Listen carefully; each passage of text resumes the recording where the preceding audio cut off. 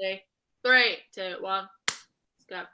Hi everyone, welcome back to BIMM Radio's, wait, what show are we on? 3rd, 4th, 5th?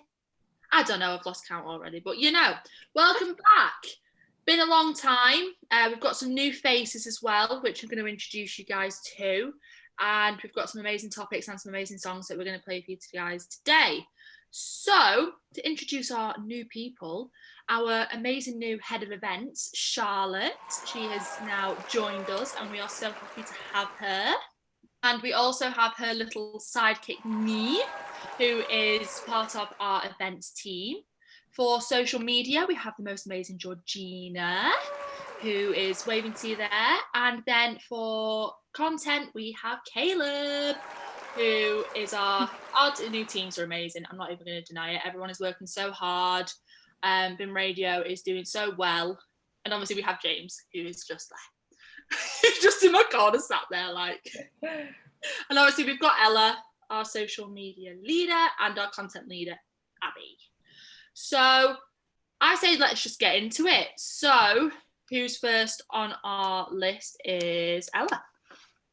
Hello everyone, it has been an awfully long time. So me and my beautiful babe G are going to be discussing the new thing that Spotify have come out with to apparently try to help new and coming artists.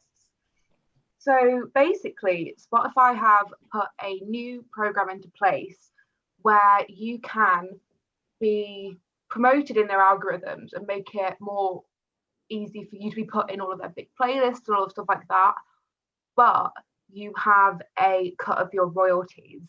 Yeah, how this is going to work is it's something that anyone can sign up to, like tick a box on your Spotify for Artists account, and it basically means that then your tracks, it can be specific tracks or it can be your profile as a general, is then more pleasant to the Spotify algorithm, so you're more likely to get playlisted and put in the next songs when you're shuffling and things like that. Got a lot of criticism for basically being claimed to be a payola, and a payola is essentially a bribe. It's where it used to happen a lot in all TV and radio, where to get your music played you would pay big lumps of cash and they would just play it no matter what. And this is still really prevalent in a lot of African radio stations because there isn't a structured music industry in a lot of places that aren't the West. What's annoying me about it is the fact that you're not paying up front for it to be promoted. It's taking a cut out of what you're getting for your streams from Spotify, and Spotify already don't pay artists enough already for the streams that they get, and you're not definitely guaranteed to get that promotion. If it gets so crowded and so many people go for it, I feel as though smaller artists will sort of be pushed to the side, and it's all with the algorithm, isn't it? Obviously, Erica, you're an artist, James, you're producing, and Abby, you're producing artists. Is this something that you guys would be interested in, or are you just like, nah, want nothing to do with it? I don't know, really. There you go, sums me up. I don't really know. I don't really know what to say, really. Right. James, what about you? I'll give it 2 months before they backtrack on this. It's just the one word that's on it is just dodgy. There's something off of it. The artists don't make enough anyway. I think I checked the stats today. It was like 0.0035 per stream, which is nothing really. So for you to get less than that to be pushed more isn't really ideal. And I'd give it a maximum of 2 months before they backtrack on this. From what a lot of things I've seen on Twitter and what people have been saying about it, it's like the concept of pay to play gigs, where it's like, oh, you can pay at our really cool event, but it's either like if you don't sell enough tickets, you're gonna have to pay the rest. And it's, as G said earlier, it's like there's no gatekeeping of this. Anyone can apply to it. So if every single person that's putting music on Spotify applies to get all of their stuff promoted, it's just going to be back to square one. But everyone's going to be earning more, and Spotify are going to be gaining all of this money when Spotify are already like worth billions of pounds and set to be worth like 50 billion by 2030, I think. Don't fact check me on that, but I'm pretty sure that's what I heard. Been a letter that's been signed by American Union of Musicians and Allied Workers that have like, this is just payola, and payola is now illegal. And this letter has been signed by over 16,000 artists. I think it's quite hard to go up against Spotify because it's quite a monopoly in the streaming industry. Because you got Apple Music and like Deezer and Tidal, but you talk the numbers that Spotify pull are insane. So I think it's definitely a monopoly. Spotify will always be at the top as well. I know, Erica, you're mostly Apple Music. I don't get Spotify. I'm that stupid. I don't get it. I've just always had Apple Music because it's just, I don't know why. But I got Spotify when I was doing the playlist stuff with Jessica, and I was like, how do you work it? I can't do it. It's too complicated. What's this playlist for me? I don't know. Although it just annoys me. I don't trust Spotify. This is the thing. I mean, don't I think trust them at all. I think after all of this, a lot of people also aren't trusting them. But if your music's not on Spotify, like that's always something that when I used to be in a band, people ask like, "Oh, where's your music?" And I'd go, "Oh, it's on Spotify." And they're like, "Oh, you've got music on Spotify, have you?" And it was like, if your music's not on Spotify, if you're not verified on Spotify, it feels a lot like your career or your art doesn't have any meaning, because Spotify is such a big contender, and it's also so easy to get on nowadays. The counter argument is something that Jeff Thompson, who I'm sure you all know, lovely music business Jeff, said in our lecture on Tuesday when we were talking about this, is, so let's say you're an artist and you're making like through PRS like a tenner like every quarter. You're not getting loads of streams. You're not making a lot of money for it. You're kind of just doing it as a hobby. Like, would you then sign up to this? Because it's like, you're only making a tenner. If you made £7 the next time, it's not making a great deal of difference to your life, but it also then might make a bigger difference to your career. I think a counterpoint to that is what you said before. That's everyone's going to be in the same boat. Everyone's going to be like, well, why don't we all do it? Lose a couple of quid a month and just boost this. So I think at the end of the day, it's just going to level out anyway. So I don't think it makes much of a difference. To me, it's just another fat cat initiative of exposure for musicians. Like, I don't know, speaking from a first-hand experiences, it's like I've had it so many times where, you know, you play a gig for free for exposure. It's like, shall I pay for this drink with Monopoly money or something? Do you know what I mean? To me, it's just further exploitation of a vulnerable group of people, really. I'm not saying, you know, every musician's vulnerable. I mean, under the umbrella of most musicians and artists are people who are very desperate to be successful in the industry. So therefore, will subtract the sort of rights in order to achieve success. So I just see it as a complete exploitation of that, really.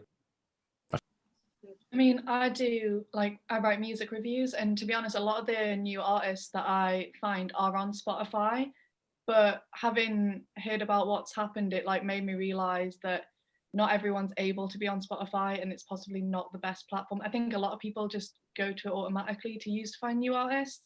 So I agree that it's a bit of an exploitation, and I think that possibly artists should be trying to diversify and put their music on more platforms, and people behind the scenes should be looking possibly for alternatives as well. I know I'm going to try harder to use a wider range of sources. Yeah, I think it's one of the lowest paying ones, isn't it? it's one. It pays lower than most streaming sites. I think Tidal, Apple Music, and Deezer are all above it. I think YouTube might be the only one that's below it. YouTube is the lowest. Yeah. God, it's just insane, really. How it just blows my mind, honestly. How are artists meant to make it in any sort of way when things are happening? Yeah, it's like what Caleb said about exposure. That's literally what this is. It's not getting money for exposure in the hope that you might then get on with a Spotify playlist and make it big. The thing is, what's annoying at the minute is the fact, obviously, we are in the middle of a pandemic. We're in the middle of a lockdown. You can't get exposure that you're, as a solo artist, as myself, and as a band, you need, because you aren't gigging. Mm-hmm. There's only so much online live stream gigs. There's only so many friends you can invite to your Facebook page. Exactly.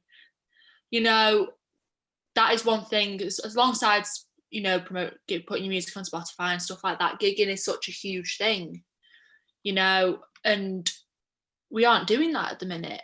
It's, so it's just hard. It's hard at the moment, but hopefully by next year we'll be back on the stages, back doing what we're doing best, and actually going to try and make it as musicians in some sort of way.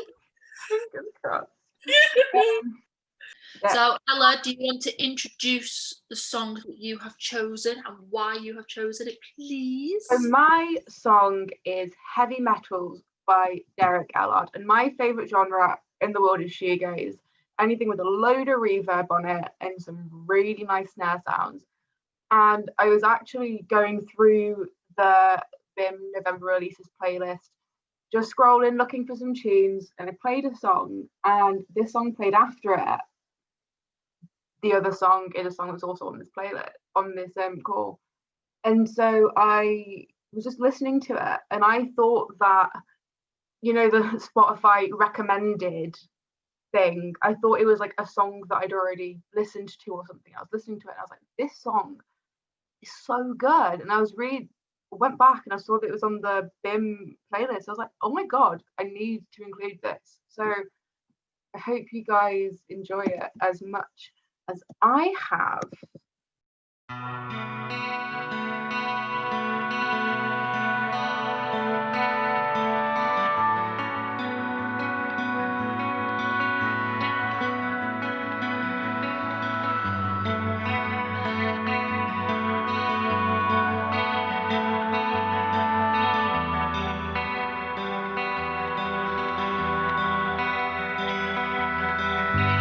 Shortness of breath, a controlled stretch in my bones, now made from coal. These heavy metals hold too much tenfold.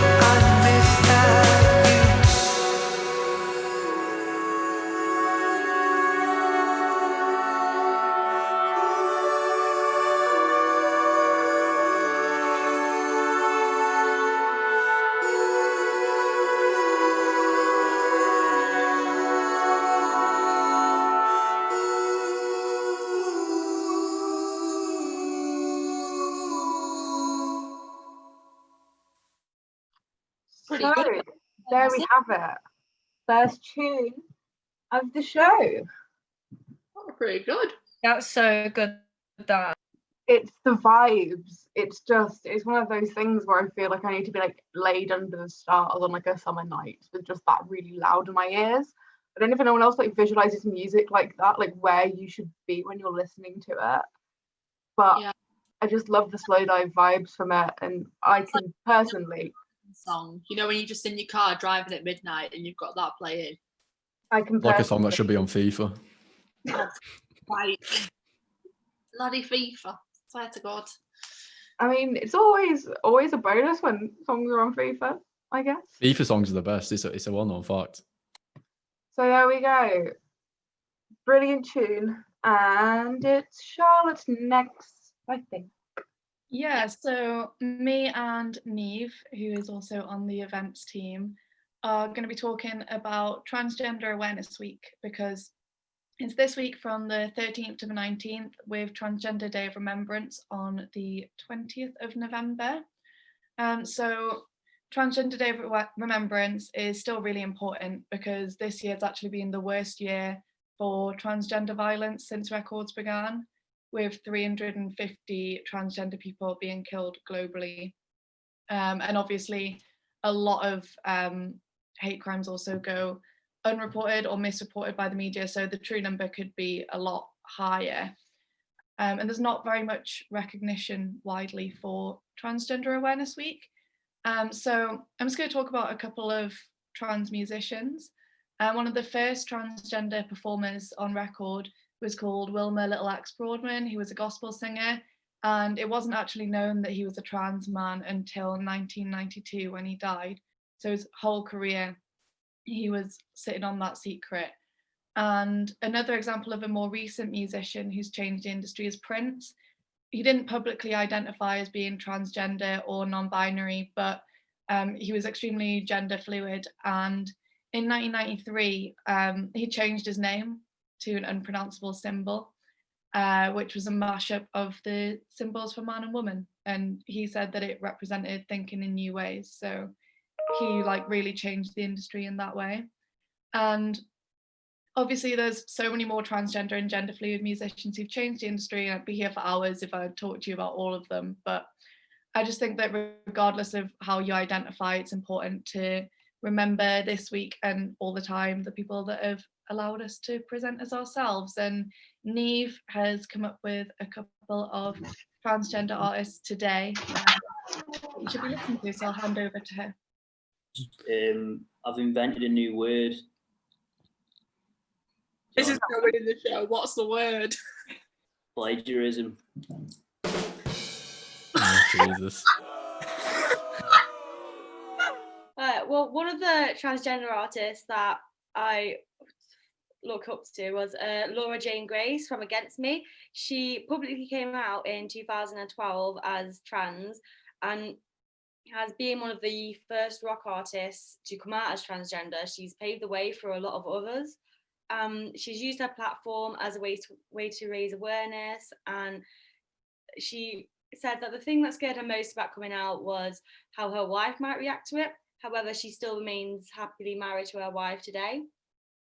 And then another one was Shea Diamond, who is a singer-songwriter who spent 10 years in a men's correctional facility because she committed a crime trying to pay for her reassignment surgery. And during her time in prison, she's faced mass transphobia. But she also wrote a song called I Am Her, which is a really good song. And it got her signed on her release to Extreme Passion.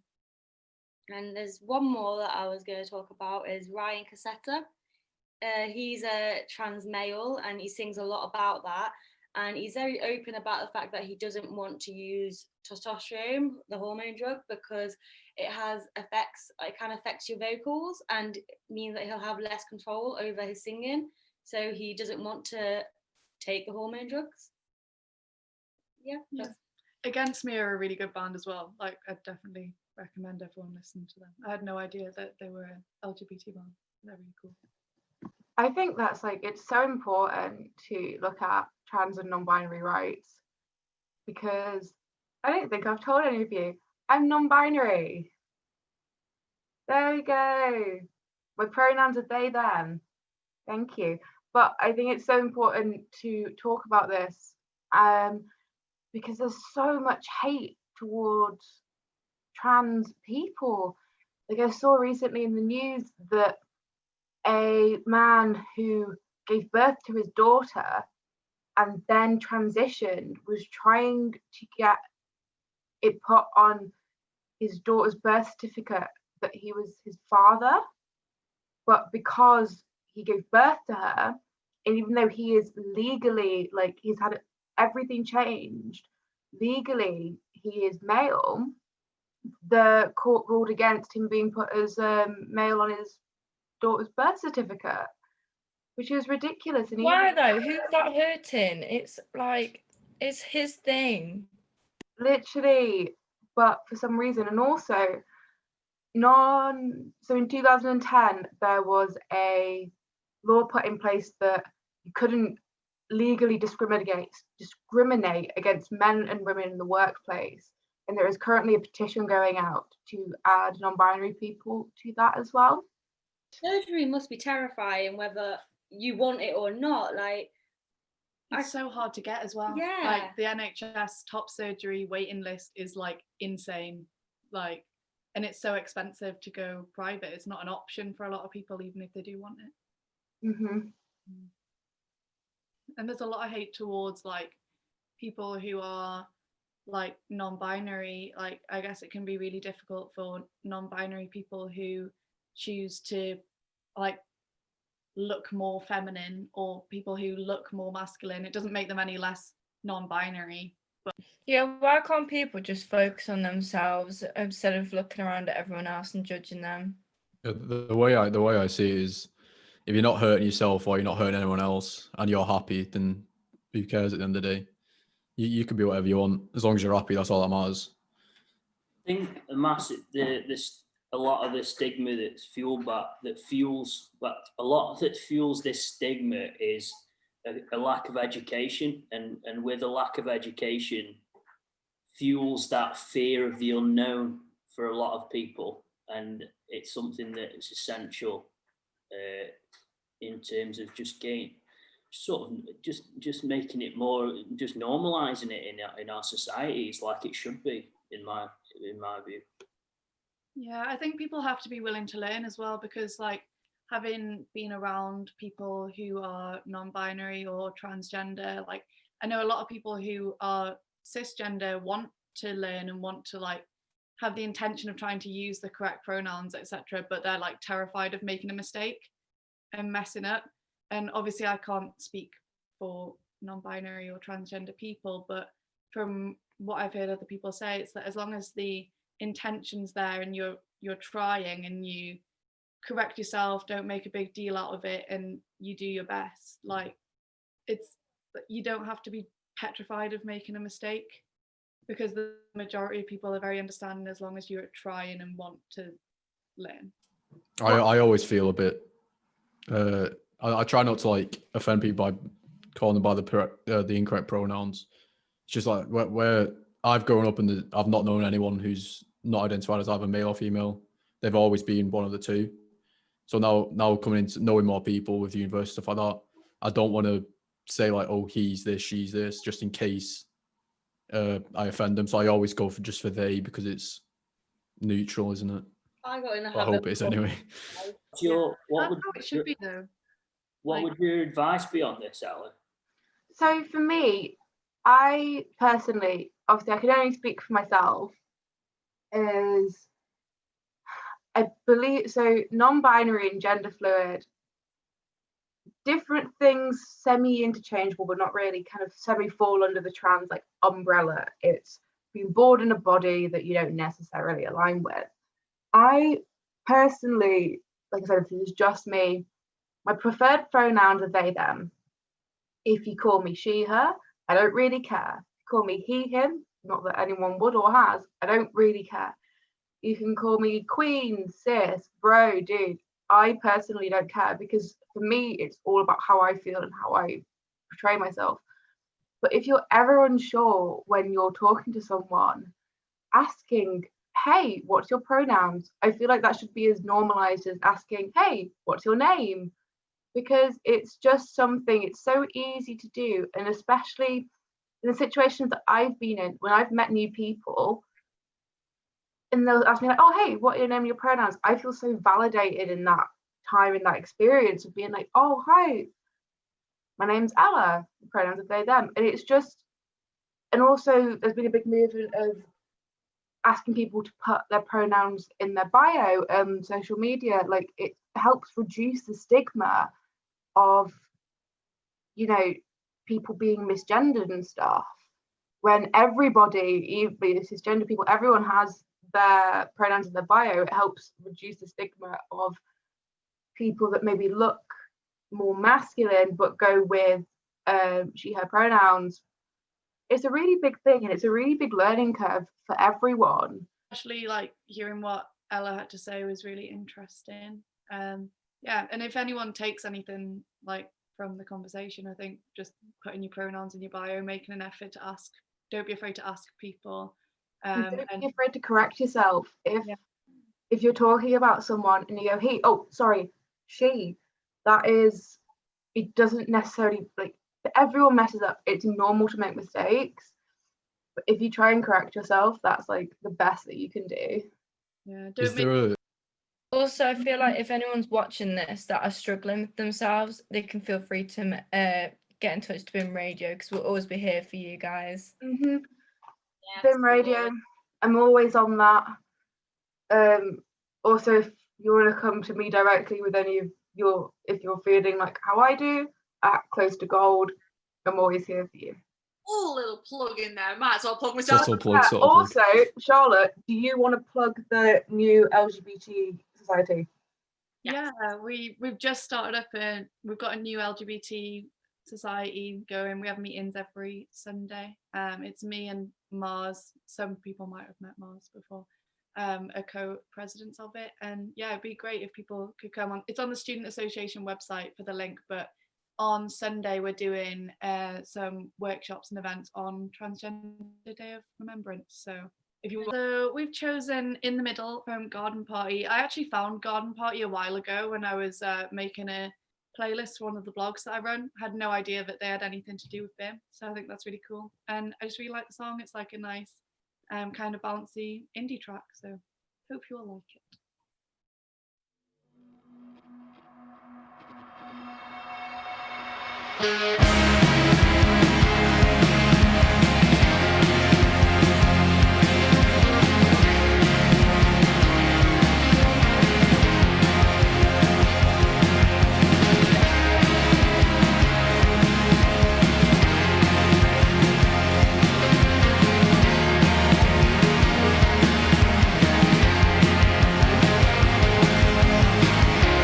Nighttime air takes me away to a better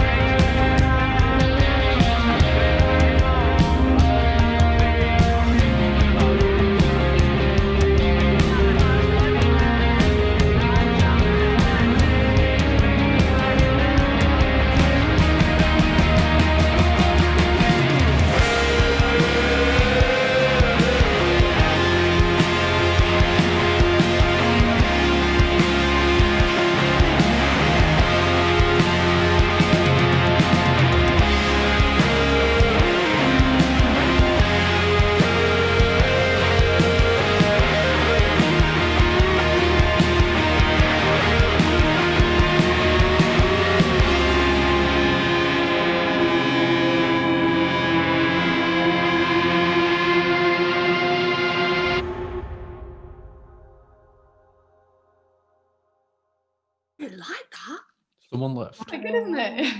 That's pretty sick. Banging tune. I love Garden Party. I have them for a while. I've never heard of them. I'm gonna have to check out more of their music, I think. I really like the instrumental break towards the end. Quite atmospheric and guitar-y. Quite That's an adjective. catfish in the bottom, innit? That's what I was thinking, yeah. At the very end, yeah. Better than IMO. I really got catfish vibes there. Catfish are actually really good. They just tend to write the same song 30 times over. I agree. That's so true. We're out 2 albums of the same album. The same cover as well. Also at Oasis. Sorry. Oasis just copied the Beatles. We could go on. We could go on with this forever. Don't get me started on the Beatles because I'll go for hours. But we move. But we move. And we're going to move on to Abby and Caleb now. So, guys, get going. What we're talking about today. So, today we're going to be talking about women in the music industry. So, over the years, more and more females have definitely made their mark in the music industry. But you've got like such amazing female artists at the moment. But it's not always really been that way. And I feel like we're a very, very long way from having equality. So according to a study on representation and equality in the music industry, 5% of producers in the music industry are female and 95% are male, which is horrible. It's because, especially me, I'm doing a music production course, and that's not a percentage that I wanted to see. Because I am a girl in the music production course. I feel like sometimes I am the only girl in my class, and I feel like it's a very male-dominated industry. And sometimes I feel a bit intimidated or a bit overpowered. Sometimes I feel like I'm kind of shut out, and which I shouldn't feel that way. But that's why I want to, get in the industry and make a difference. I mean, I'm not going to make a difference, but if all of us come together, I'm sure we can. Hey, yourself down like that. You're going to make it, girl, don't you? Hopefully. I mean, pandemic and all. So I came across an article with Megan Thee Stallion, and she was like, she wants Black women to be louder and be more outspoken. Obviously, like, she brought out the song WAP with Cardi B, and they have very graphic lyrics, don't get me wrong, but it got so much criticism. And like a lot of men bring out songs and talk about sex in the similar kind of way, but they don't get any criticism. I'm not sure some of them can, some of them will, but when it's women, it's like, oh, that's disgusting. And why do women get the backlash and men don't? It's not all the time, but it's very, So I've got a quote from Megan, and I'm going to read it out. I feel like a lot of men just get scared when they see women teach another women to own sex for themselves. Sex is something that should be good on both ends, but a lot of times it feels like it's something that men use as a weapon or a threat to women. I feel like men think that they own sex, and I feel like it scares me when women own sex. Scares them, sorry, not scares me. Sometimes you just got to remind people that you're magical and everything about you, down to your vagina and to your toes, is magical. Am I allowed to say that? Yeah, vagina is not a bad word. No. Biology. That's what I want. We're all uni students here. We're all adults. I don't feel like it. Child going, honestly. Also, BBC Radio 1 DJ Annie Mac has been appointed to head up a new music industry initiative called the Equalising Music Pledge. The initiative launched in partnership with Smirnoff, and it aims to achieve a greater gender balance in the music industry. I know Caleb went to the masterclass with Annie Mac. Did anybody see the masterclass on Monday? Yeah. Do you want to share what she share what she said? I can't speak. Yeah, tell us how it went. How was it? What was she talking about? That sort of thing. Oh, well, I can't report in depth because I have to admit I was making my lunch at the time. But that's me on every single Zoom lesson. What were we making that was much more important than listening to Anima? Do you know what? You're gonna shoot me down now. I can't even. Oh no! Can't even remember. Oh. Ow! And that was more important than Annie Mac. No, like me. I do you want to see? I've got a picture of me and Annie Mac on the. I was going to say you had a picture of you and your dinner then. Unfortunately not. There's me. Where's the camera? I wish I could share what I had for lunch while I was watching it, because I can't remember and it's really annoying me. Well, I thought an interesting point, because she did get asked about about women in the industry, and something recently that has been annoying her actually was that there's not enough collaboration from male rappers and female rappers, and it's always male rappers, isn't it? Really? Yeah, from the odd few. She feels as though male rappers are a bit uneasy about collaborating with female rappers to an extent, which is obviously why, mate. Yeah. I mean, but yeah, that's what I learned in the masterclass that she touched on, that I found interesting, really. Yeah. Just to sort of what my main piece of this topic is about was just to sort of contextualize what you were talking about in our own context at BIMM. And basically, I just spoke to a few women in my uni course, basically, just to ask them about their own experiences in the industry, and also as like a cis man, I want to be an ally to women within the industry. I think that's of complete. That's good to hear. I think.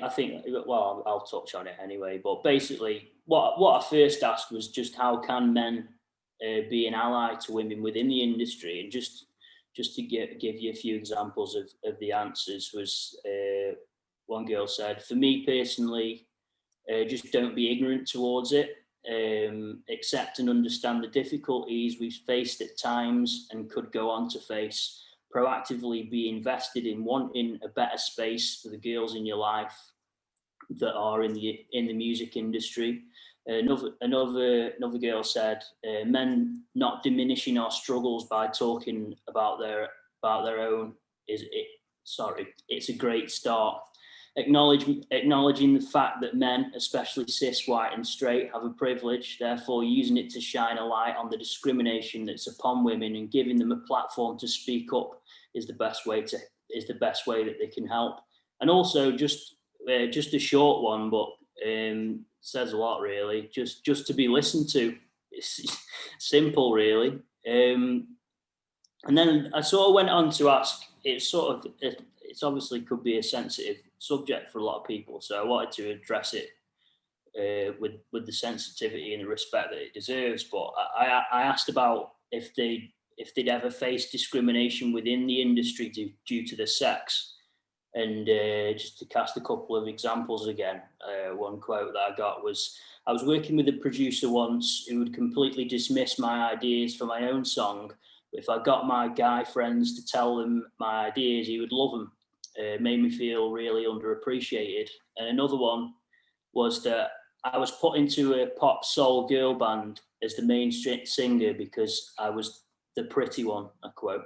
By my school of music, should I say, instead of the more rockish sounding band, an all males group. And this is pretty discriminatory. It's discriminatory. Is that right?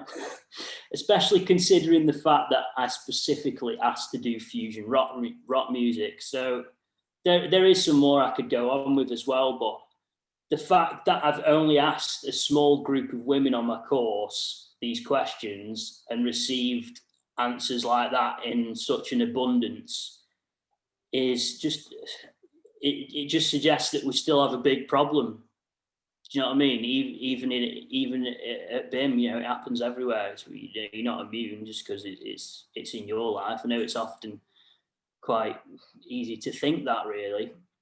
And also, it just highlighted importance to me that men need to be made more aware of the importance of our role in the fight for equality as well.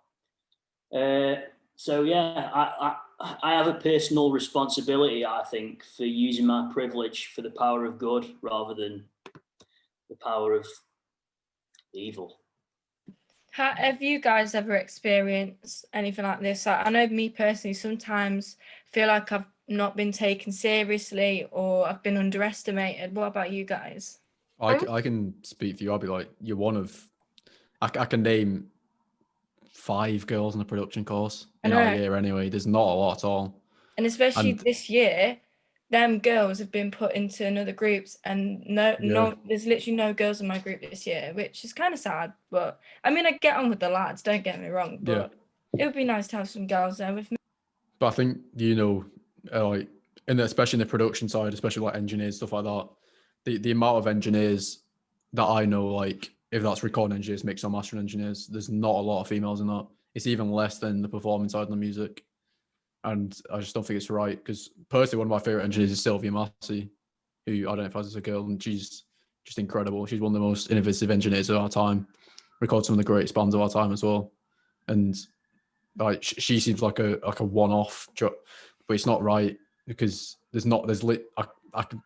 probably can't name another female engineer, like big female engineer, other than her. Yeah, there needs to which be isn't more. the right thing to do.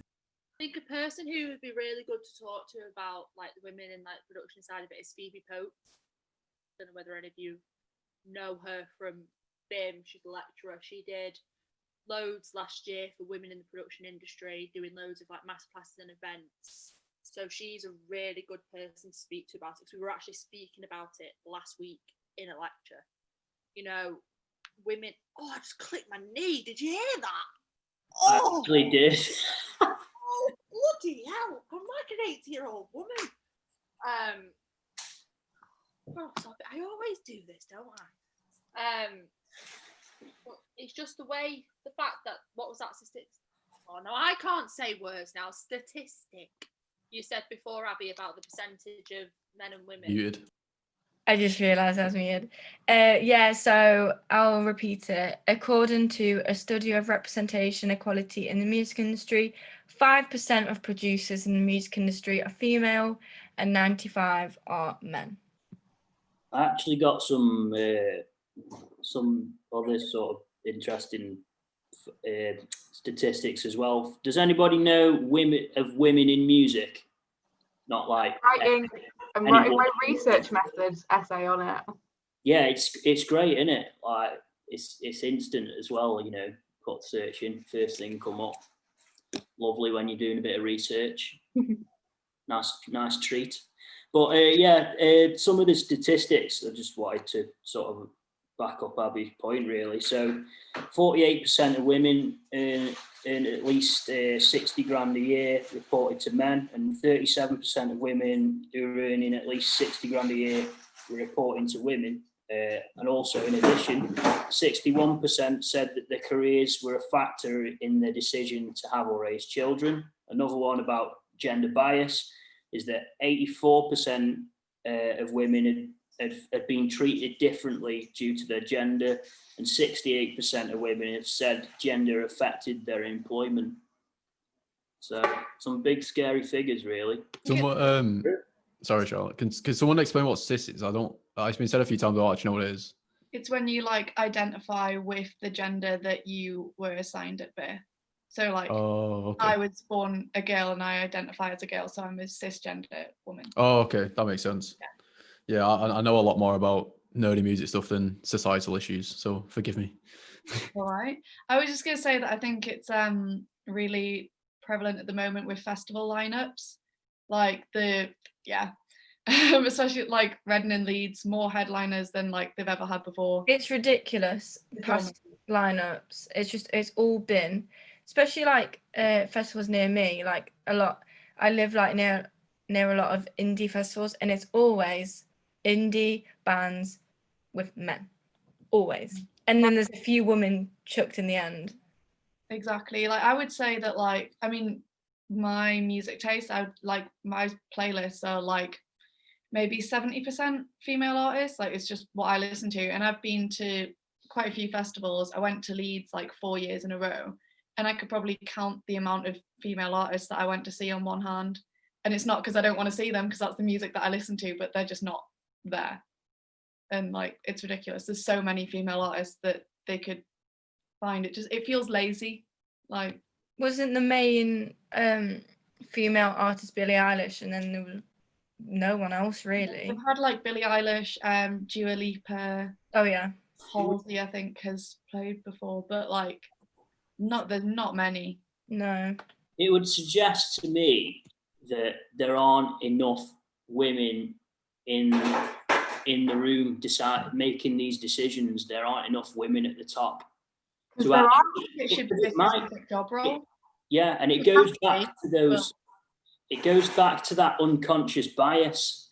You know, the people making these decisions might not. This isn't me defending them as such. It's just the people in those rooms making those decisions might not have actually stepped back and realised, bloody hell, there's a lot of men here. You know what I mean? But they get called out on it every year when the lineups. Yeah, that's so true. They get hammered on Twitter with people saying like, why is it all men on the lineup? And then still the next year, it's a lineup full of men again. I don't know if you've seen the blacked out like posters. Yeah. I'm gonna put it like over. Yeah, that's insane. It's like ridiculous. And I don't see why it doesn't click. Like why they don't think, oh, you think they'd change it up, wouldn't you? It's like that's the thing. Is like they've like, even though they don't put any women headlining, they still know they're going to make money either way. So they're like, just do it the way we want. That's the way that we know works. They're probably too scared to put a woman as a headline artist, even though they'll get the exact same reaction as it would be if a male artist was headlining. Because people are still, they don't go to you don't just strictly go to festivals to see one artist. You go for the whole experience. You go for everything about a festival. All the female artists I've seen have packed out tents, but like I saw Lizzo at Leeds Festival and they put her in the Radio 1 Extra tent. What? And I was like, that girl needs a full-on. It was just after a good as That's a bleep. She is now, but like she just put out like a huge single and she was in the Radio 1 Extra tent, and it was like, that's mad. In the whole thing. On a bigger stage. When I me and my band used to play a lot of festivals. I've done Truck, Tramlines, Why Not, Isle of Wight, and the stage that we were on, we were always packing out. It was one that a small. I'm not going to say the company that the stage was run by because I don't want to get in bad trouble. But we were the token girl band. This company and promoter had been criticised for being so heavily male indie rock dominated, and we were a 6-piece indie pop girl band. I hate saying girl band, but it's just so my psyche now of saying girl band because, you know, but there was maybe over when I was at Isle of Wight on the stage I was playing over the entire weekend. So we were 6 girls, female presenting people. There was maybe like 5, 6 other girls over the entire weekend. And there was maybe 10, 12 girls over the entire weekend, and 6 of them were my band.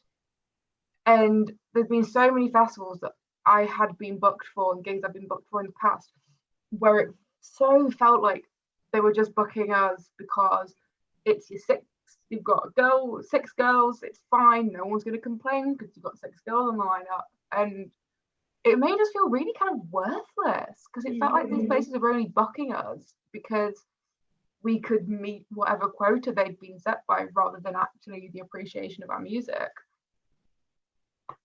Yeah. And this whole thing as well that Abby mentioned about how male rappers can like sexualize women, but as soon as women do it, it causes an absolute outrage. Yeah. Excuse my language. If women want to talk about their vaginas, let them talk about them. Innit? Like, the thing is, like, people don't kick up a fuss when a male rapper's talking about doing the dirty, and it's pretty dirty. Oh, see, I knew it was going to happen.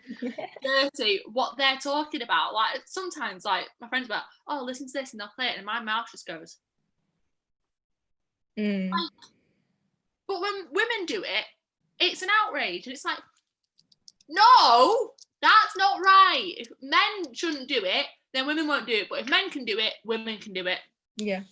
It's like how women are called slags for sleeping with loads of people, yet men are hardly ever called they're slags. legends. They're lads. Lads get in for sleeping with loads of girls.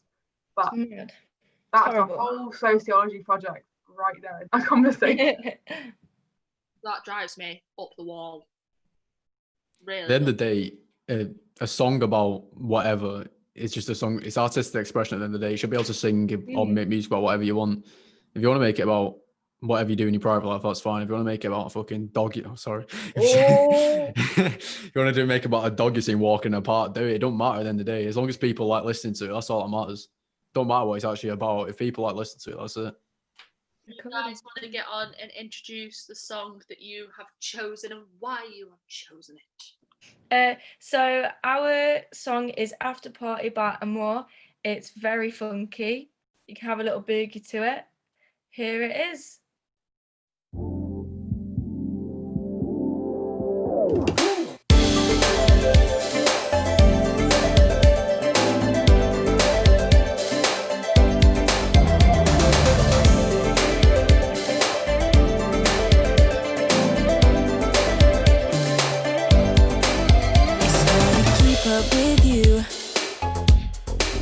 With all the baggage that's weighing me down, I say you're trying it too, but when you get it, the show will be done.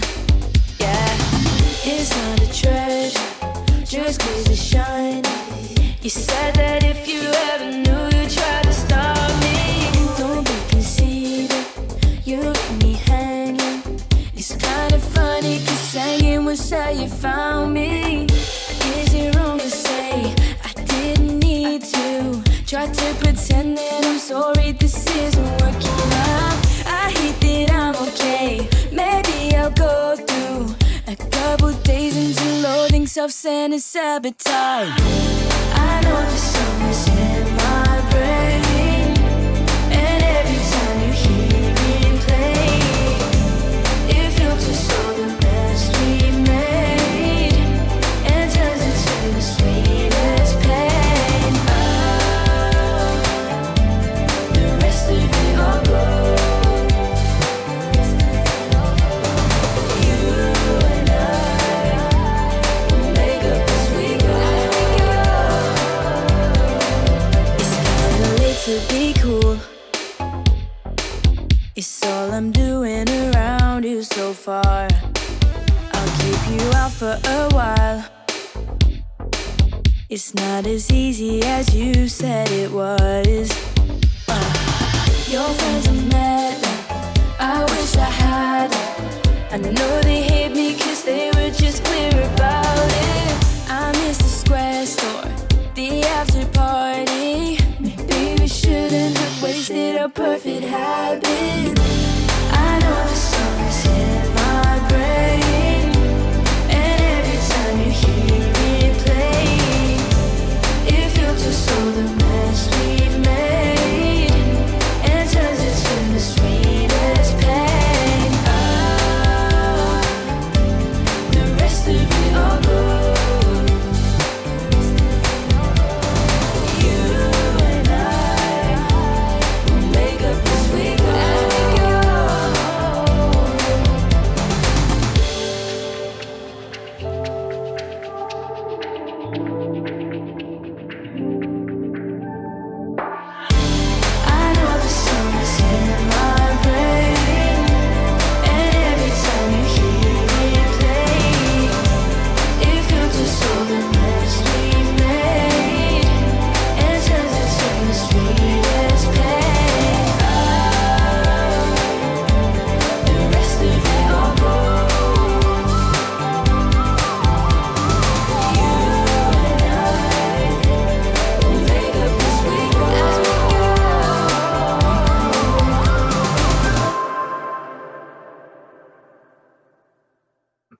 y'all think of that? That was giving me very 1975-esque sort of vibe. I was going to say that. I thought you meant the year for a second. Then I was like, man. I am not old. I'm from 1975. It was a bit of 1975 with a bit of like 80s kind of thing. It gave me, I don't know if any of you know Pale Waves, but that gave me that sort of vibe. I was going to say Pale Waves as well. Yeah, I got a Jaime, like a Jaime-ness to it as well. Yeah, very Jaime. I just, it's again, like the first track that we played, it's just kind of, it's one of those songs that you just want to be listening to with at night with your arms out the windows, pretending you're in Perks being a wallflower or something. It's just one of those class tunes. Road trip. What I could do for a road trip right now. Road trip to escape the Rona. I don't want to be here no more. In my flat. Anyway, before I start doing random accents again and saying random stuff, we're on to our final segment of the show, guys. Sad times, but we roll.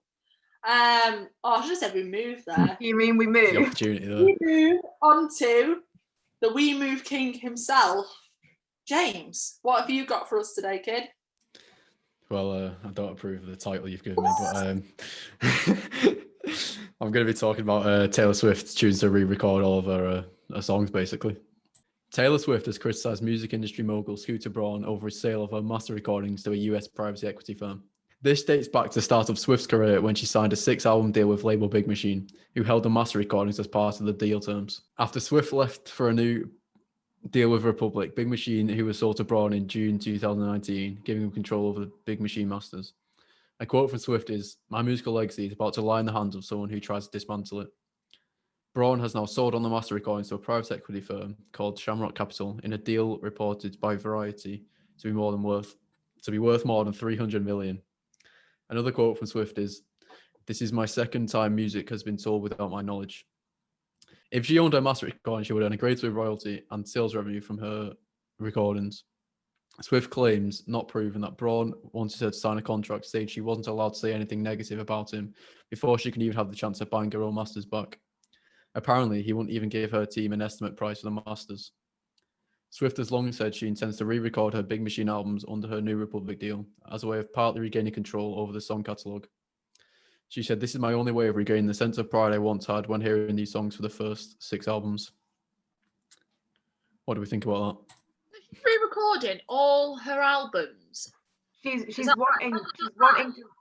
So Scooter Braun, or now this Shamrock Republic, own the master to her recordings, not the composition, but the master of them, like the actual track. And so she wants to re-record all of her first 6 albums so that she can then make money back off them because there'll be new masters. That's mad. That is mad. She shouldn't have to do that. That's work that she's already done. Why should she have to do that? That's so mad. Copyright. I mean, there's quite a distinct difference between owning the masters and owning the composition, isn't there? Because with the composition, it's the actual music itself, whereas with the masters, it's just the final recording of that one session where you've done it. So if they went into the studio the day after and recorded something else, that's absolutely fine to go out. But it's the master recordings which have got all the revenue and the popularity behind it, which is owned by this other private equity firm, which she doesn't own. It's the thing. I don't like Taylor Swift in any way. I don't like her. I'll be honest. I can't say I'm the biggest fan of her either. But I wouldn't wish what she's gone through with Scooter Braun and everything on anybody, because that is horrid. At the end of the day, she's worked really hard to get the career she's got. Exactly. She can't sing, she can't dance. But and it's amazing what auto-tune and editing can do on a track and an album, isn't it, kids? I mean, our production people will say that. I don't care. I don't think she's an awful singer, but her music's just not for me. Well, just go on and watch the live videos of when she was trying to do Love Story and she was flat as a pancake. You'll agree with me. The issue is... Sorry, Caleb, you go. Go on, it's fine. It was a failed attempt at being witty. I'll give up. I think the main issue is, obviously, I so agree with like Ariana saying, like, she's worked so hard. Then again, she did sign the contract.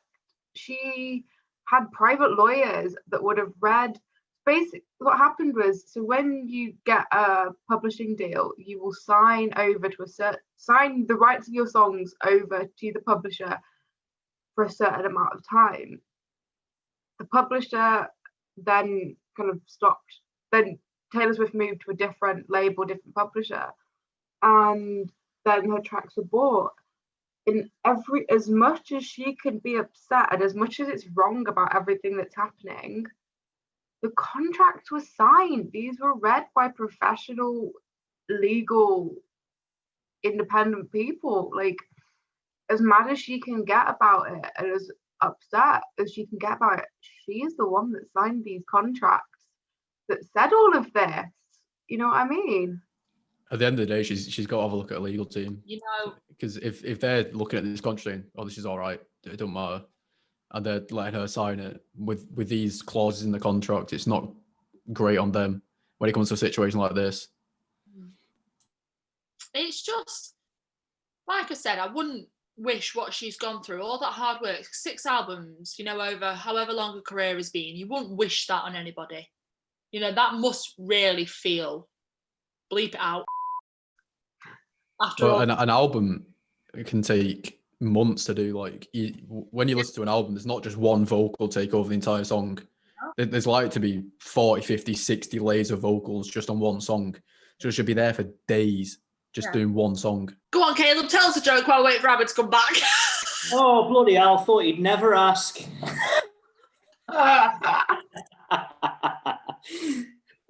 So yesterday, I saw a guy spill all his...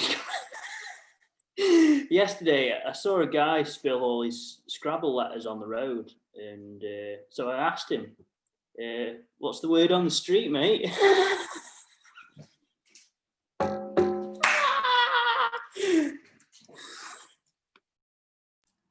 What was it? Oh, it's horrible. What was the word on the street? Genuinely horrible. Oh, that's the word on the street isn't the point. What was the word on the street? Was it plagiarism? You're out. Plagiarism. Look, you're exposing me. Right, I think we've lost Abby, everybody. Her heating and her Wi-Fi and all of that's gone off. Oh, Christ. Well, heating's gone off. How does that affect the Zoom call? It's going to freeze halfway through. It's not like you go in for an hour, record the song, then go home. It takes a lot of time to record just one song, especially with the level of production in like modern day pop music. It's insane the amount of effort and time it takes to do this. It's not an overnight thing. So it's not just the actual masters she's lost. It's her time and her energy that she's lost, which is, as we can all know, it's in the music industry that's quite important. Oh yeah. If you nail it in a performance on one day, there's no guarantee you're gonna do that ever again. James, why am I doing that? I'm like itching my chin with my hair. Do you want to introduce the song you've chosen and why you've chosen it, please? Yeah, my track is To Be Young and In Love by the Outcharms, and I've chosen it simply because it's a banger. That's basically it. Short and sweet and simple, what we like.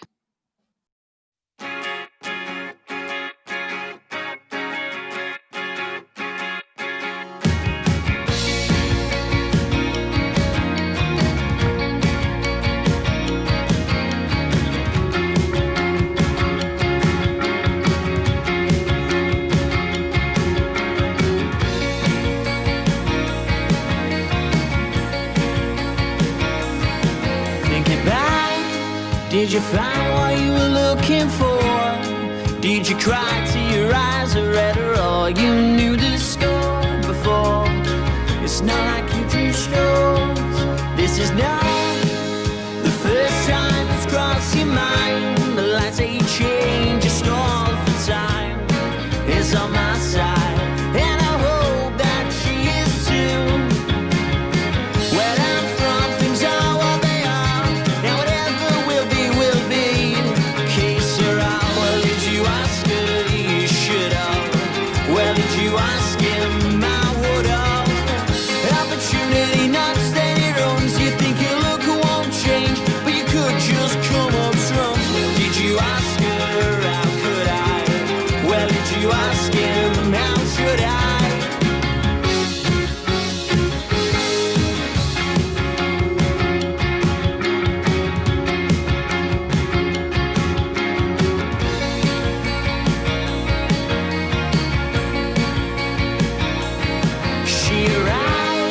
like an elbow from the passenger side. The Mona Lisa attempts to hide a mouth wide in envy. Shots of breath, long may it last.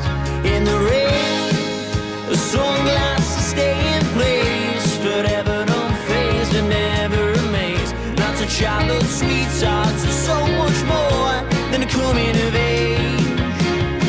Where I'm from, things are what they are. Yeah, whatever will be, no case, sir. Well, if you find out, I hope so. Well, if you find out, so please know. An opportunity knocks, then it runs. You think your look won't change, but you could just come on trumps. Did he find out? It's a secret. Well, if you find out, I'll leave it. And will it always be like this? And if it isn't, what will we do? Oh, to be young and in love, to be young and in love with you. It makes my stomach somersault at the notion that you could leave. Oh, to be young and in love is to be equally as naive.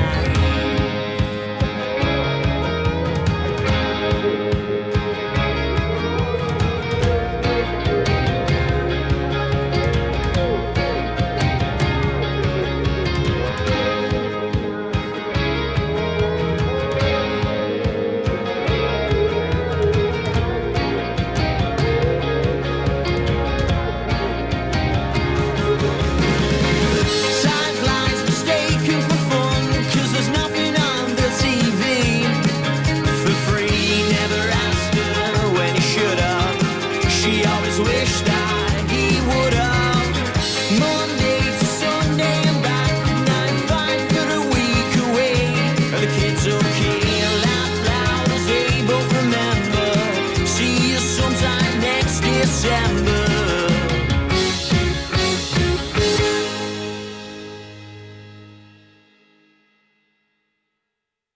What a banger. I love that tune. And I'm not only saying that because my best friend is the guitarist of that band, but it's I know just, my flatmate's just messaged me because he can hear it, and he's like, "Who's playing?" I was like, "Ah." It's like, doesn't that just make you want to be 15 and drunk in a field when you shouldn't be? Like, it feels like it feels like a song I should be on someone's shoulders at a festival at. Like, that's what it feels like. It feels like I need to be doing when I'm listening. yeah.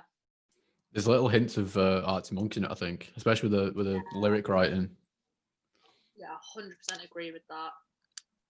And anyways, guys, that is the end of the show. Aww. I want that little effect in. Aww. So thank you very much to obviously all of the team. We have lost a few along the way to internet connections and all that jazz, but we move. Sorry, I can't help but do that. So if you're not following us on our socials, make sure you are. It's at BIMM Radio. We will tag them all down below. Get following and let us know what you want to see on the next show.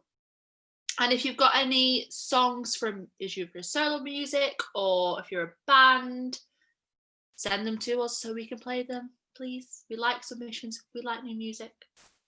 And I think that's it. Anyone else want to say anything? We all good?